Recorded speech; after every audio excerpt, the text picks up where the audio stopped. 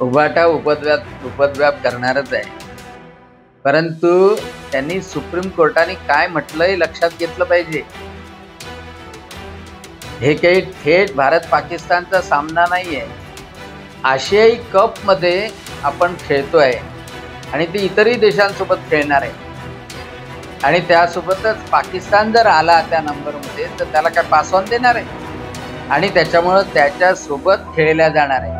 आणि यांनी शिकू नये, हे ज्यांच्यासोबत मांडीला मांडी लावून बसतात त्या काँग्रेसवाल्यांनी निषेधाचा खलिता पाठवण्याशिवाय दुसरं काही केलं नाही. 26/11 मध्ये 150 लोक मरण पावले, आपले सैनिक मरण पावले, पोलीस मरण पावले. यांनी काय पाठवलं? निषेध.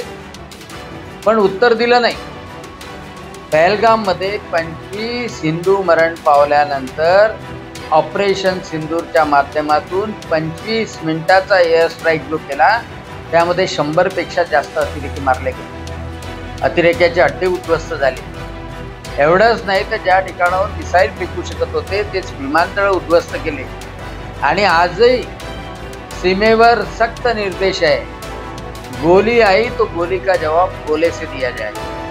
आणि म्हणून अशा करारी प्रधानमंत्र्याच्या पाठीमागे उभं राहणं सगळ्या नागरिकांचं कर्तव्य आहे, उपद्व्याप करणं नाही. आणि उपद्व्यापी आंदोलन करायचं असेल तर जरा बॉर्डरवर जाऊन या म्हणा, तिथे आंदोलन करा.